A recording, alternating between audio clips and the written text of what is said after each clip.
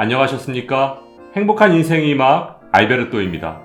오늘은 5월 셋째 주 구독자 어르신들의 궁금증을 시원하게 풀어드리겠습니다.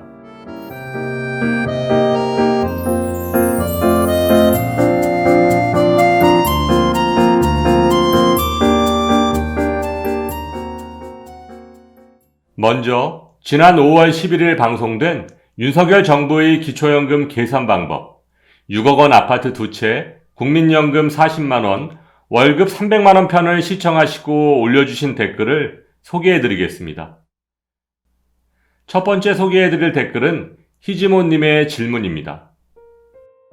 저는 국민연금에서 지급하는 장애연금 71만 원을 받고 있는데 기초연금이 감액되었습니다. 장애연금도 국민연금 연계 감액에 해당되는 건가요?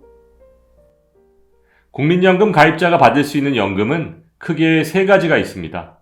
국민연금을 10년 이상 가입하면 받을 수 있는 노령연금, 국민연금 가입 기간 중 장애를 입으면 받을 수 있는 장애연금, 마지막으로 국민연금 가입자가 사망하면 유족이 받을 수 있는 유족연금.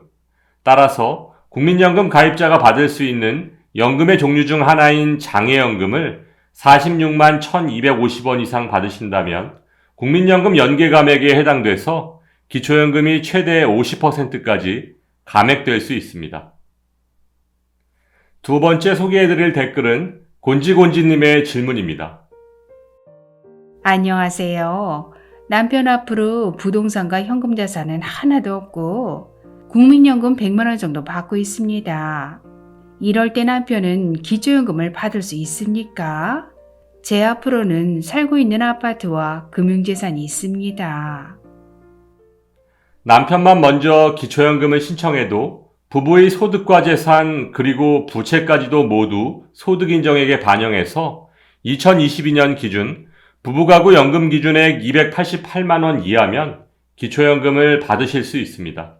또한 남편분께서는 국민연금을 월 100만 원 정도 받고 계시므로 국민연금 연계 감액으로 약 12만 원 정도의 기초연금 감액이 예상됩니다.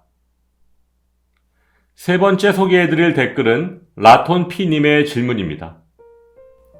근로소득이라고 하면 세전소득을 말하는 건가요? 아니면 세후소득을 말하는 건가요? 기초연금 계산 시 근로소득은 세전소득을 기준으로 기본공제 103만 원, 추가공제 30%를 공제받으실 수 있습니다. 또한 부부 모두 근로소득이 있을 경우 기본공제와 추가공제를 부부 각각 적용받을 수 있으므로 기초연금에 아주 유리합니다. 네 번째 소개해드릴 댓글은 빅토리님의 질문입니다. 방송 잘 보고 있습니다. 다름이 아니라 아파트 대출은 등기부동산의 금액 기준인가요? 아님 실대출의 기준인가요? 대출은 갚고 감액 등기를 안 했거든요.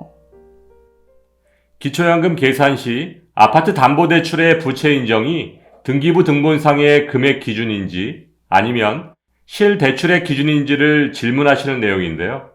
부채로 인정받아서 공제받을 수 있는 금액은 실대출의 기준입니다.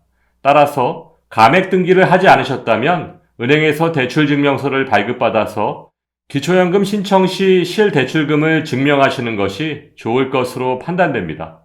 기초연금 계산 시 금융권에서 받으신 아파트 담보대출은 성격과 용도에 상관없이 100% 부채로 공제받으실 수 있습니다. 마지막 다섯 번째 소개해드릴 댓글은 한땡땡님의 질문입니다. 산재 장애연금도 소득인정액에 포함되나요? 기초연금의 소득에는 공적 이전 소득이라는 것이 있습니다. 각종 법령의 규정에 의해 정기적으로 지급되는 각종 수당, 연금, 급여 등을 말하는데요. 공적 이전 소득에는 산업재해보상보험법에 의한 보험급여, 즉 휴업급여, 장애급여, 유족급여, 진폐보상연금 등이 모두 포함됩니다. 따라서 선생님께서 받으시는 산재장애연금은 공적 이전 소득에 해당되므로 기본공제 없이 100% 기초연금의 소득평가액에 반영됩니다. 다음은 지난 5월 14일 방송된 기초연금을 받을 수 있는데도 못 받는 사람의 5가지 특징을 시청하시고 올려주신 댓글을 소개해드리겠습니다. 첫 번째 소개해드릴 댓글은 영맨님의 질문입니다. 본인은 국민연금 41만원, 기초연금 30만 7,500원을 받고 있는데 내년에 저희 집사람이 기초연금 신청할 나이가 됩니다. 부부의 소득 인정액에서 국민연금은 전액 포함된다고 행복한 인생이막에서 배웠는데 본인이 받는 기초연금도 소득 인정액에 전액 포함되는지요? 네, 선생님께서 받고 계신 국민연금 41만 원은 기본공제 없이 100% 부부의 소득 인정액에 포함되지만 현재 받고 계신 기초연금 30만 7,500원은 소득 인정액에 전혀 포함되지 않습니다. 하지만 내년에 아내분께서 기초연금을 함께 받게 되시면 부부 감액이 적용돼서 부부 각각 기초연금이 20%씩 감액됩니다. 두 번째 소개해드릴 댓글은 신땡땡님의 질문입니다. 자녀의 보험료를 제가 대신 내주고 있는데 이것도 부모의 금융재산에 포함되나요? 기초연금 계산 시 보험의 계약자가 부모이고 수익자가 자녀일 경우 기초연금 신청 조사 당시의 해지 환급금을 기준으로 부모의 재산에 포함됩니다. 그 이유는 보험의 수익자가 자녀라고 할지라도 계약자인 부모가 언제든지 수익자를 변경할 수 있기 때문입니다. 세 번째 소개해드릴 댓글은 마징가님의 질문입니다. 등본에 조카가 올려져 있는데 곧 직장에 다니게 될 것 같습니다. 제가 기초연금 받는 거랑 관계가 있을까요? 기초연금 계산 시 동거하는 자녀 혹은 조카의 소득과 재산은 부모의 기초연금 수급에 아무런 영향을 주지 않습니다. 또한 자녀에게 정기적으로 받는 생활비도 기초연금 계산 시 부모의 소득평가액에 반영되지 않습니다. 단, 자녀 소유의 시가 표준액 6억 원 이상 고가주택에 거주할 경우 임차료에 해당하는 금액을 부모의 소득으로 인정하고 있습니다. 예를 들어 자녀의 집이 시가 표준액 6억 원이면 39만 원, 8억 원이면 52만 원, 10억 원이면 65만 원이 부모의 소득평가액에 반영됩니다.